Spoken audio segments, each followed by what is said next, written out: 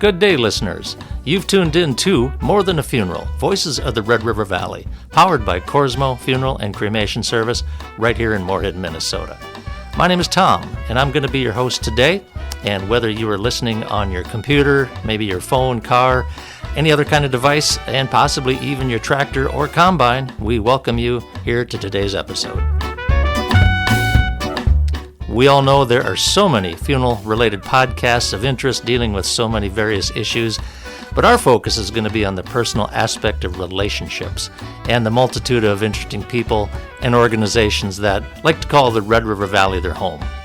And on occasion, we might push the edge a little bit, discuss some of those controversial issues. We all know what we're talking about. Red Jell-O. Is it appropriate to serve at church potlucks anymore, or is it a taboo subject? And there's so many other things such as hot dish, casserole. What's the difference between the two anyway? So, we invite you to sit back for a few minutes, grab yourself a blistering hot cup of Lutheran Church coffee, and enjoy the conversation. We are glad you stopped by to listen.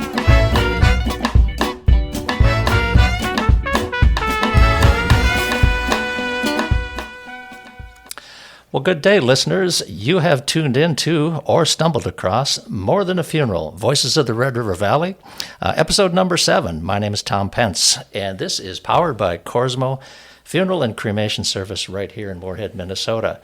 Today, I have a fantastic guest. Her name is Joan Windus. I've known Joan for a little while. We've done some work together. And she has a business called Change is Good. The exclamation point is important, isn't it? Change is good with an exclamation point. Change is good. It is good. But anyway, I've known Joan for a little while, and she's going to talk a little bit about moving, downsizing, all those good things. And of course, around here, we have a cleanup week coming up here shortly, and so that's a very timely thing.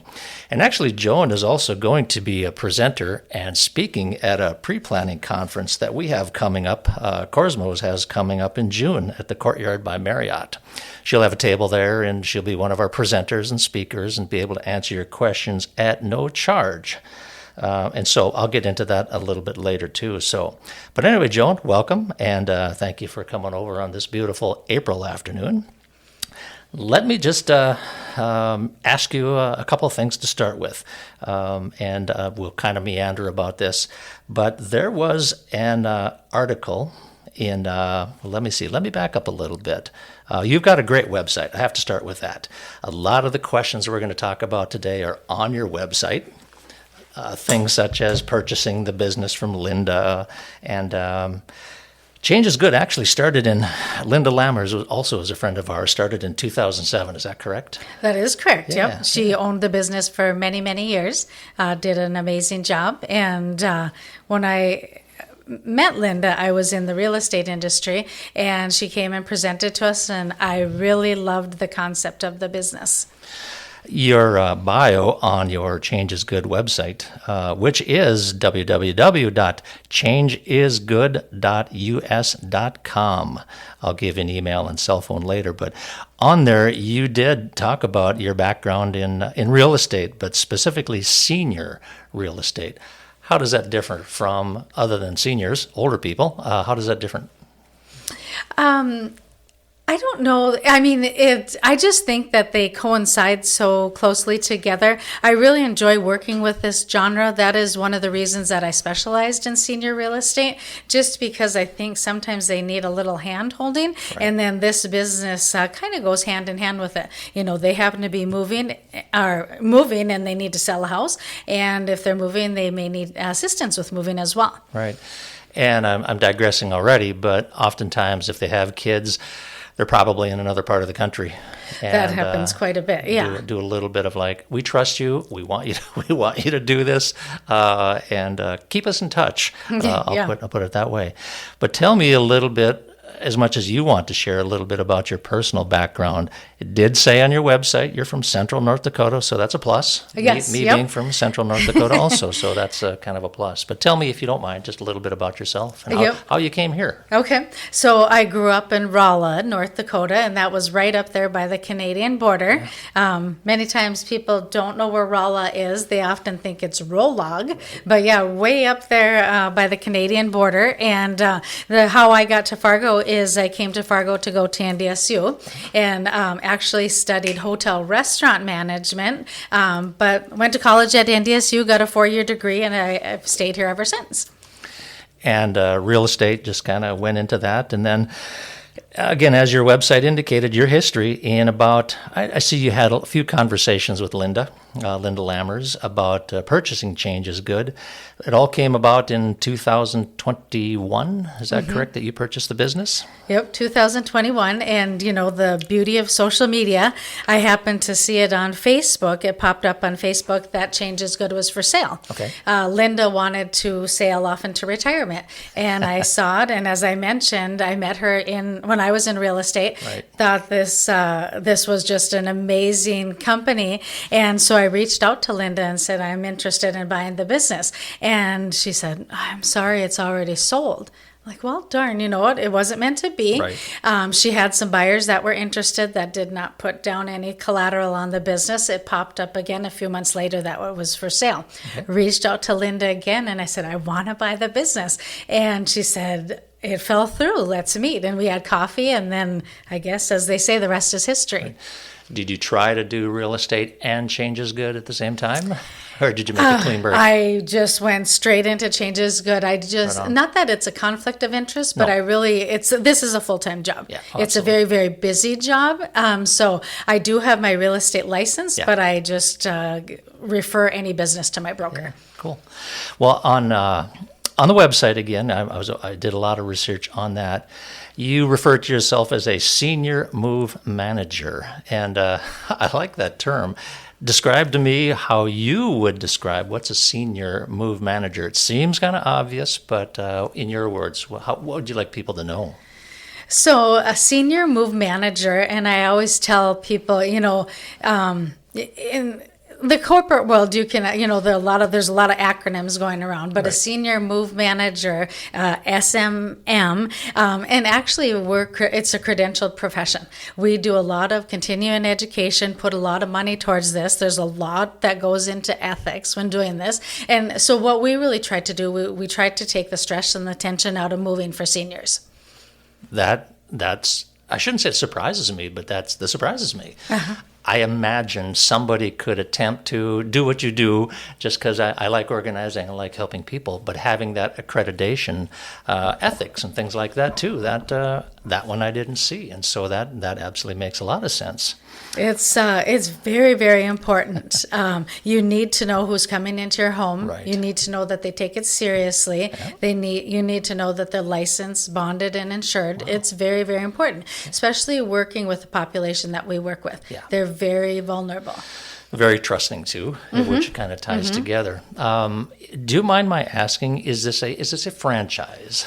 It is not a franchise. Okay, well that's neat. It's neat that Linda started that and had the initiative, and then you're picking up where she left off. One thing, a phrase that resonated with me as I was reading your article it says change is good, but change is hard. And I can speak from personal experience. Change is hard. Don't ask my wife that, but change is hard. I mean, I'm the kind of person that gets a little distressed when I go to the grocery store and all of a sudden, like, the coffee's not in that same aisle anymore. It's over like 4 aisles, and now it's full of soup. It's like, hey, come on, who moved this stuff? Why did you move this stuff? Change to me is definitely hard, and maybe that should be on my tombstone. Change. I told you change was hard, but it's absolutely true. And I just want to maybe share just a brief personal story about me and my experience with moving. I'm from Minot, as most of our listeners know, and when my folks lived in Minot and they had a house, and when my dad passed away, my mom continued to live in the house. my dad was born and raised in the house, so the house was close to 80 plus years by the time we got there. Anyway, my mom, she always talked about moving, but never did it. There again, that change is hard. I always had good intentions. And my mom was of that generation, the saving generation. I'm sure there's probably a more correct term for it, but she was the kind of person that would say, that's a perfectly good box. I'm going to save that box. I might need that someday. And so she was of that generation, and she had a big house, so she was able to do that, much to our dismay. But some health issues required her to we had to move her, and we had to sell the house, put it on the market. So long story short, we had 8 days to do 80 years worth of stuff, of moving, cleaning the house because it was going on the market. And we had some great help, family members, friends, business acquaintances in Minot. But we had 8 days to move 80 years of stuff out. So we did that, and we had a combination pop-up yard sale and all kinds of things. And so my two brothers, were still friends. But thankfully, my two brothers are very, I call them goal-oriented. They had a plan. We needed it.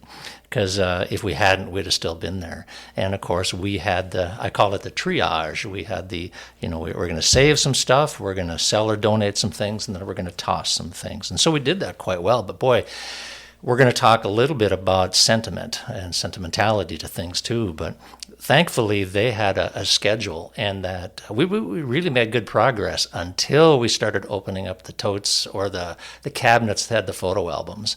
And then we were like, uh-oh, this roadblock. But they were very goal oriented. We said we gotta keep going, and we did. So we got everything put away and everything ready to. But what's interesting is that the things we decided to keep, we weren't sure we wanted to throw it or store it. We put it in a storage unit, and then we went back about 1 year later, and then to go through it again just to make sure. And we ended up probably donating or throwing over 50% of that stuff because we weren't sentimentally ready to do it. My two brothers are a little bit more sentimental than I am, but yet it took us a while to process that. And we've also learned how, and I bet you see this, we've also learned that we don't want to do that to our kids. Mm-hmm. And so we're trying to be less and less keeping stuff and hanging on to the stuff. So, and again, I'm kind of, this is not about me, it's about you and your business, but I just wanted to share a little bit about our personal experience there too. But as you have helped people, well, tell me a little bit about maybe some of your projects. Maybe that's not the right word, but families. Have you experienced any kind of like disagreements? And we can't divulge, details, or there's some statute of limitations. But have you ever encountered any situations where you go like, okay, we should have talked about this before? I don't know. We have been so incredibly lucky with the clients that we have worked with, and it's just gone so well. I guess the only thing that I can think of that would be maybe difficult is some of the clients that we have worked with. They have not started soon enough downsizing or getting ready for their move. Right. And if you don't start soon enough, what happens is you end up taking everything because you cannot be in that mental capacity to make decisions. And then all of a sudden you just take everything. And what they say is, in air quotes, I'll go through this later. Right. This does not happen. That was going to be one of my questions because you do talk about on your website, again, a great website, you're different from a moving company, and we'll talk about that. But have you ever encountered families that say, I'm not ready to do this yet, but I want to have, they basically said, everything we have here, just take it to the other place. Yes. And you've had to say, not a good idea. Uh-huh. Okay. Yep. And in fact, we did a recent move recently, and they said, I'll just take it to the new place. And I know it'll fit. I'll get to the new place, and it did not fit. And I always caution people, if you take too much, you have to figure out what to do with it when you get there. Yeah. Because we also do a lot of moves outside of Fargo. Okay. We're not just within Fargo-Moorhead. We will go within 90 miles, but we will also fill up a moving truck and then have we move people to the cities, and there's someone on the other side who does what I do, right. And then they pick it up there. Okay. So we're doing big moves, and then, like I say, when it gets there, they have to figure out what's going to happen to it if it doesn't fit. So you're right. Moving companies basically just move from point A to point B, and that's not what you want to do. Have you ever said, take all this stuff to the house and the rest of the stuff goes to the storage unit? We have done that before, and that's called multiple stops. So the movers load the truck differently, but it's a two-stop process, and then it's marked differently. So this all goes to the storage unit, so that'll go off the truck last, and then the rest goes to the client's apartment. So it's just avoiding the final outcome, if you want to call it that. So, to many people, some people, they probably say, yeah, moving, easy, piece of cake, just rent a dumpster from the city and back it up to the door and let's just get after it. When we were moving things from my mom's place, we filled up the city big dumpster like at least twice. And Mom was home when we were moving, but we had to keep her so she wasn't facing us. As we were dragging bags by, she would say, are you taking something I might need? We said, no, Mom, don't need that. Don't worry about it. Yep, so that sounds very familiar. Yes, sentimentality is big. So obviously, change is good. Is different from a moving company, of course. I've noticed, and maybe you can touch on this. There's been a huge boom in storage sheds. There has, yes, there has. I bet you've got some view. Maybe you own one. I don't know. I do not. Owning this business, I don't have a lot of stuff. You should. For your clients, secondary business. But it's just symbolic of people who need more space because they're not willing to part with that. Yeah. And you and I have both driven up down streets and see these beautiful homes with 3-stall garages, and 2 of the stalls are full of stuff. Yeah.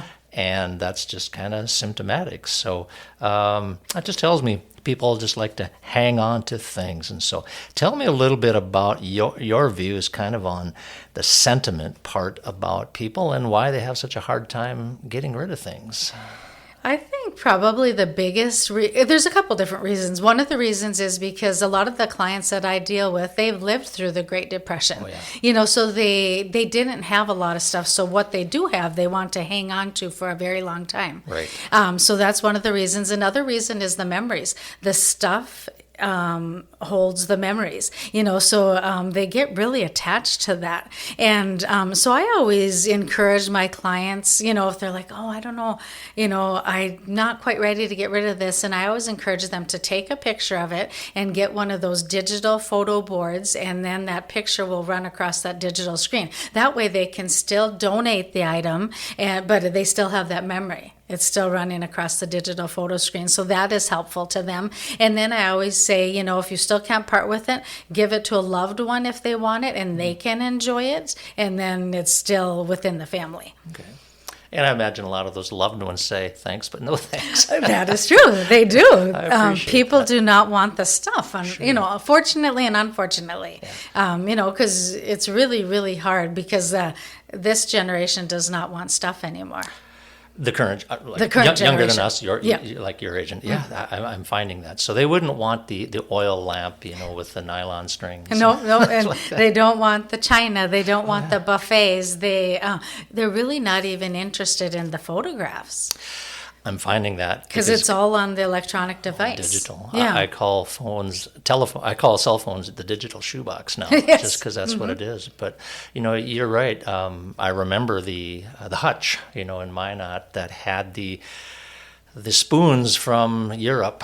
Every stop in Europe, and it had the china. It had the coffee servers. Like, who wants that? I think it's in my brother's storage unit down in Illinois because we just couldn't part with it. He had a lot of storage areas, so he has that now. But you're right. It's a different generation, and everyone is different. They're just not the savers, I don't think, of the hardware, if you want to call it that. So. And they don't do the entertaining that, the previous generations did before. You'd have these big family dinners and you'd get out the nice china and then you'd hand wash everything, right. But that's what you did. You had china for different occasions. Yeah. And that's not how we entertain anymore. Right. People used to wear their shirt and ties to dinners too. Mm-hmm. As I look back at photos, it's just incredible. That used to wear that. Now I put on my my best Zubas, Yes. and And a sweatshirt or a my T-shirt. cleanest sweatshirt I could find. So it definitely is changing. Sure. Have you ever had to have a project where let's see, we talked about taking to a storage unit, but have they ever said the house has got a lot of this stuff, but over on 32nd Avenue there's a storage unit too that we got to go through? Mm-hmm. Okay. We have done that. We worked with a client who had 5 storage units. His mother passed away, and so everything went into storage. And they called us up and they said, "Do you do storage units?" And it's like, "Sure, we do." And so we did. And his goal was to get it down to 1 storage garage, and we did it. Right on. And we do also offer selling of items. Okay. If they're bigger items, we will help our clients sell some stuff. If they're little garage sale items, we don't do that. But bigger items we'll help sell. So we were able to help him sell some stuff, but we were also able to condense it down to 1 unit from 5. Okay, wow. So that leads me to ask, I guess, is there an average length of time of a project? I mean, what is the shortest and what has been the longest? Maybe there's one still going on. and again, don't divulge anything private, but what's your experience? One of the jobs that we worked on was over a 2-year span, okay. And just did it on chunks. Okay. But most of our moves typically happen. We will pack up the house in 1 day and we will move them the next day. Okay. Of course, it all depends on how much stuff they have, but we work relatively quickly. That was a neat comment you made about taking photographs of things, and I have a good friend that brought that to my attention a couple of years ago. He's kind of a minimalist, and we're talking about stuff, and he's just said exactly what you did. Take a picture of it, because that's really what we're associating with. I mean, I have a T-shirt. Thankfully, it doesn't take up much space. From 1977, I went to college in Portland, and when the Portland Trailblazers won the national championship, I bought a T-shirt. So I still have that T-shirt because it brings back good memories. I still fit in it, barely. I wouldn't wear it in public, but I still have it. And thankfully, it doesn't take up a lot of space. But that's a good example of just, if I had a great picture of the T-shirt, that would be just fine. Because I pull the T-shirt out about every 2 years, and I say, I really should toss this. But I never do. Well, and I think people will just stuff it in a box, and if you never pull it out and look at it, why don't you take a picture and then get it on this digital photo frame, and then just, you don't have the cost associated with a storage unit. Right. You still have all these memories, but you don't have the physical item. Photo frame, photo album, just get it there somewhere. Yeah. Do you, something crossed my mind and just left just as quickly. That happens a lot to me. So you talk a little bit about your area of coverage. You said 90 miles, give or take. And so, but you also had a neat statement, which I can relate to very much. It says, you work with families before the move, and the move day, and then after the move. But the service after the move really is what got my attention. I bet you do develop some relationships with these people over time, and since they're probably elderly, they have the time, and they might call you and want to chat. But I bet you have developed some friendships too. Oh, definitely. They have this little sweet spot. Yeah. They just are.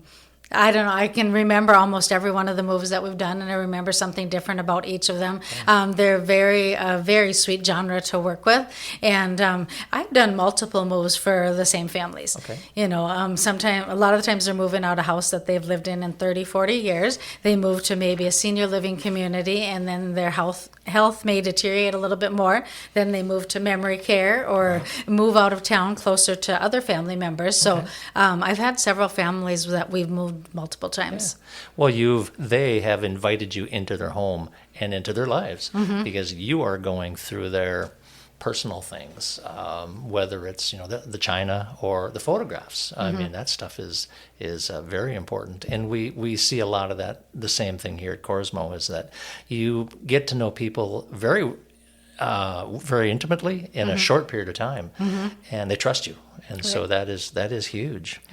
So. I don't want to ask you about your prices, but it did say on your website that you do charge an hourly, and I'm sure, like you said, these 2-year projects where you charge in chunks, you set these things up. but also expenses too. And that's you're telling me more about your business that I didn't realize. So if you want to send like I say, the china to the granddaughter in San Diego, you will box it up, package it up, but they of course pay the shipping on that, or that's added to their bill, essentially. But yeah, I can see where this would be a full-time business and not just I'll get to it this coming weekend. No, people are very they're wanting things done soon, and. So are there, no, I won't ask that, but yeah, people are essentially, procrastinators, and they have a hard time making that call, but I bet once they do and they've been through it, they say, I should have done this a long time ago. Yeah. Yeah. Yeah, definitely. And see, when they're working with us, we give them the chance to kind of go through those memories or talk through a certain item, and then that way they're ready to let go of it. And then they know we try to fill the needs in the community and donate to different local organizations that need this stuff. Right. And so when they know that we're donating and somewhere where they can use it, it makes them feel good about it. Right. So we do help them kind of talk through it one last time. Whereas like with family members, they probably heard the story a couple hundred times, right. And they probably don't want to hear it again. Well, we get to hear that final memory and then, pass it on and donate the items. Yeah. Elderly people, including myself, do like to be heard. They like to be listened to. And so when they're showing you a trophy, that's worth $2.50, but he won it at a bowling tournament in 1955 when he was a senior in high school. I bet he could talk, just to pick on that example, probably talk a long time about that day, who he bowled with, what his score was, all those kind of things too. So yeah, it gets to be very, very sentimental. It does. But it's a special memory for them, and they have a new set of ears to listen to the story. Right. And somebody else that hasn't heard it 18 times. Yes, yeah. Right. And all my employees, they're all so kind and compassionate and caring and trustworthy. So they don't mind just sitting down and listening to the story. And the other ones are just busy working in the background. Well, plus you're paid by the hour too, so well, no. you get paid to listen. No, obviously that's not the case, but it's the fact. Let's see. Have you ever, and again, hope it's not too personal, but have you ever talked to some people and just say like, this is not what I do? Have you ever turned down a project? And maybe that's more of the people that just want stuff moved from one place to another. And you can just say, you need to call Atlas Van Lines or something like that. Yeah. An example that I can think of, there have been people who have reached out to me and they want, for example, every single item in their house sold, if it's a little Christmas wreath or something like that. And they have, what the house is full. And I have just simply said, we don't do that kind of thing, but I can refer you to an estate sale company. Right. So I always do try hard to provide a resource for them. Yep. And I have come across a few hoarding situations where that's really not my expertise. We could definitely do that. It'd take a long time to probably, and then the people have to be ready too. Right. So then I do try and refer them to somebody who specializes more in that. You might have to also refer some people to a counselor too. Yes, yeah. if they have 8 stacks of newspaper 8 feet high, like, this takes a little bit more than just moving here. Right. We need to talk to somebody else about this. So, oh my goodness. One other thing on your website, which again really resonated with me, was in my thoughts was the process. As I'm sitting in a house, I've lived in it only 25 years, but I've accumulated some stuff, and we're getting rid of little by little. But it's so easy to sit there and just get paralyzed, because you look at it and you say, how did I get so much stuff? If I look on top of my file cabinet, which is my favorite spot to put things I don't want to deal with, I can find some things in there, some insurance explanation of benefits, probably from 4 years ago. It's like, I knew I didn't need that, so I can shred it now. But I mean, people just say, "How did I get this much stuff?" And then if you really get depressed, or it can be depressing, just to say, where do I start? And then as a result, you just get tired of thinking about it and just go, I'm gonna go have another cup of coffee, and it'll be there. I'll just close the door and I'll let my kids worry about that. But as a result, it just kind of gets tiresome and just spirals downwards. So, and then there again, I bet you find maybe share some experience about people that have been in that situation, but then once they have gone through it, they go like, thank you very much. It's not just a job what you do. It's really a ministry, much like what we do. It's very rewarding, and I like to tell people we do the same thing every day, but different. Different people, different situations, but the process is the same. So, I guess what are your thoughts on the kind of that process I just mentioned, if you don't mind my asking? Sure. No, I mean, as you mentioned, I mean, we are fairly similar in what we do. You're dealing with people with a lot of emotions and a life-changing event, and so that's very similar. And what I always try to, we come up with an overall plan, but I always try and tell people we can break this up into chunks, because it does get to be very overwhelming. And we can do 3 hours at a time, and we can tackle one room, or we can do the whole project all at once. Because the number one word that I hear when I talk to anybody on the phone is, "This is so overwhelming," Right. and that's what, and it is. People don't know how to deal with it, and they really want to move and they want to get somewhere else, but they don't know how to do it. Right. That's where we can come in and formulate a plan and just take the stress out of the whole situation. If there's personal documents, I always encourage the client to go through that stuff sitting in the chair that they can do. But other than that, we can help those make the decisions as to what they're taking and what they're donating. Just, simply by going through the items and coming up with a plan. You bring up a good point, and it's kind of a cliche, but I mean, you deal with people who are grieving, as we are, but in a different way. I mean, they're grieving the loss of their past, their youth, or their life. They're having to part with it, and some are very willing to do it, and some are, you probably got to drag them kicking and screaming, and then, but again, in the end result, it's probably good. Well, a little bit about your company, I will call it, and again, let me just give a little bit of information about it. It's called Change is Good. The website, and I'll interject, all of this information is going to be on the podcast notes as you're listening to this podcast. The website will be there, the cell phone will be there, but it is www.changeisgood.us.com. And Joan's cell number is 218-329-7442. And email is pretty obvious. It's Joan. Joan. Don't email Jean. Joan, Joan, at changeisgood.us.com. And she can be reached at any time. She's been very available to me.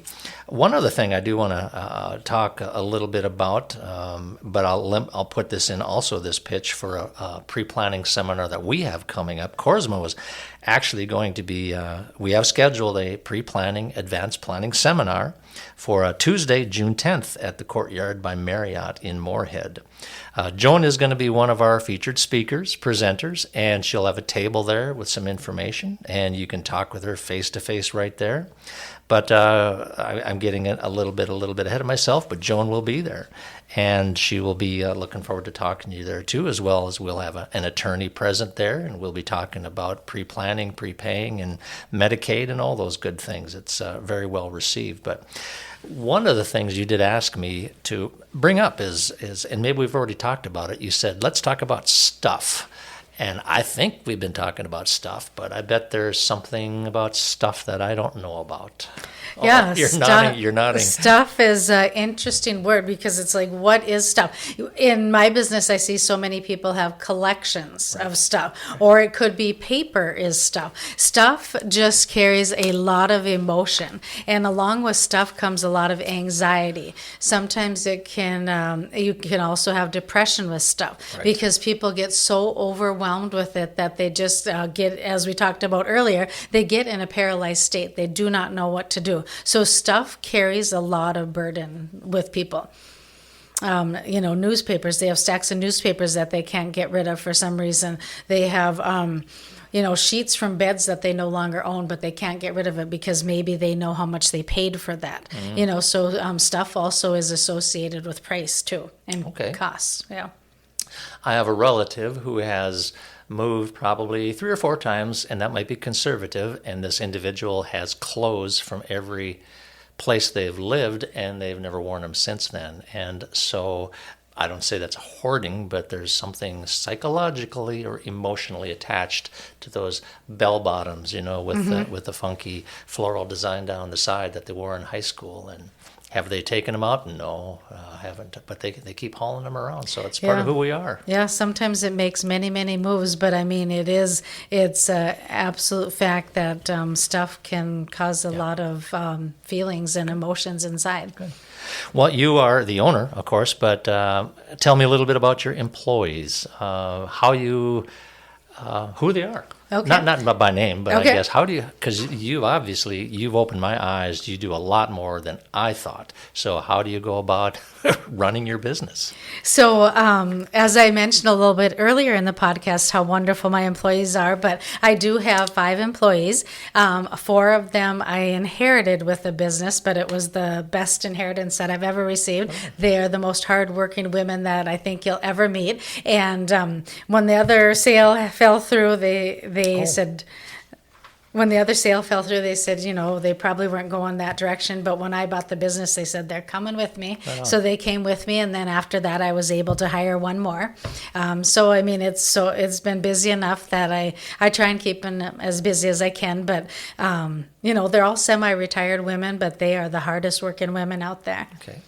And if you need a gun safe moved or something huge, you obviously have to contract that out with somebody that can do it. Yep. Yeah. We don't lift gun safes, but I work with some incredible movers that are on all of my moves. Okay. And so I call them up and they do the heavy lifting and they bring the muscle and they just make it look easy.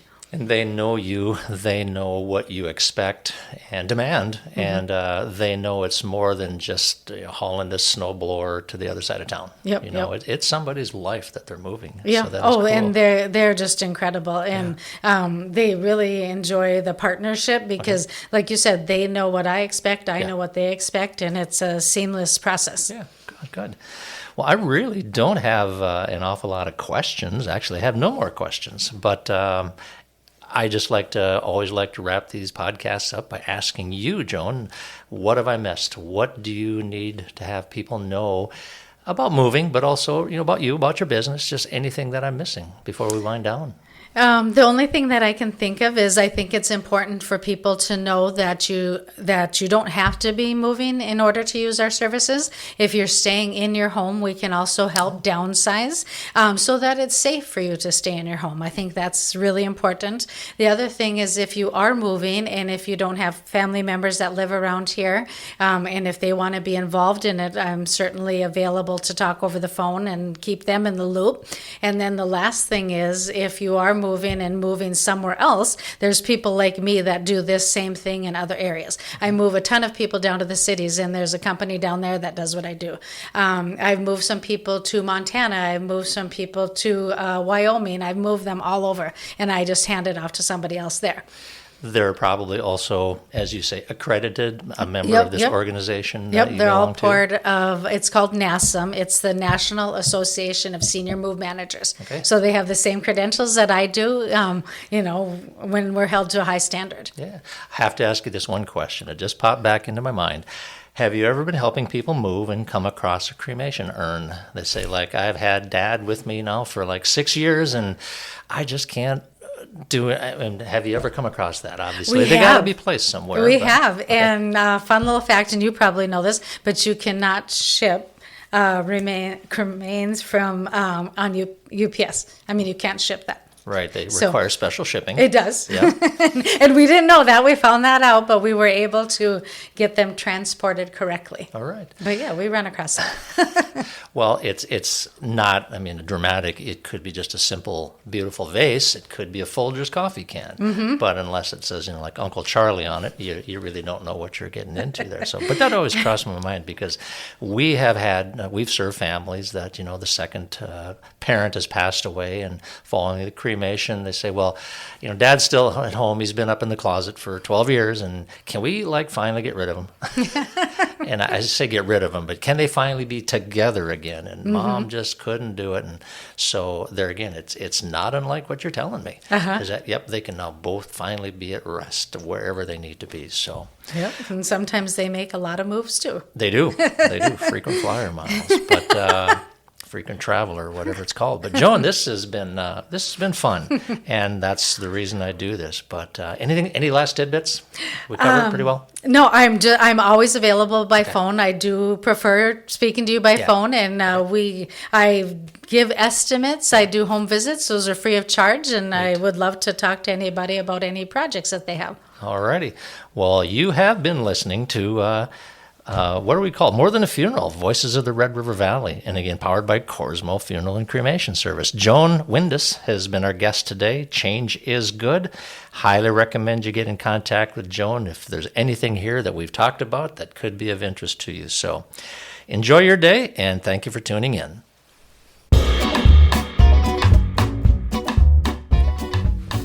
You have been listening to More Than a Funeral, Voices of the Red River Valley. And I have been your host, Tom Pence, and I'm one of the funeral directors at Corsmo Funeral and Cremation Service here in Moorhead, Minnesota. The word service has been an intentional part of our name for over 66 years, and we pride ourselves on attention to detail and personal service. Personally, my responsibilities revolve around the advanced planning aspect of our profession, and I enjoy visiting with people as we discuss the many possibilities of a memorable celebration service that will eventually honor a life according to their wishes. And from a practical standpoint, which is getting so very important these days, I help families plan ahead so that the family left behind will not be burdened with a large financial responsibility, therefore allowing them to spend time with their family, remembering their loved one, not having to worry about how to handle the expenses.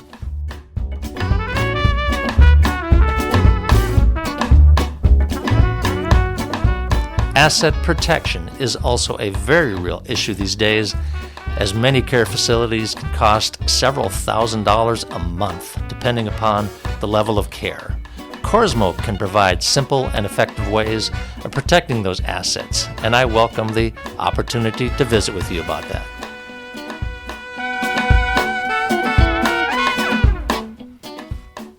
If you enjoyed this podcast and found some value in it, we greatly appreciate your sharing with a friend, and if you have a moment, text somebody right now. Encourage them to give a listen, and perhaps follow the podcast personally.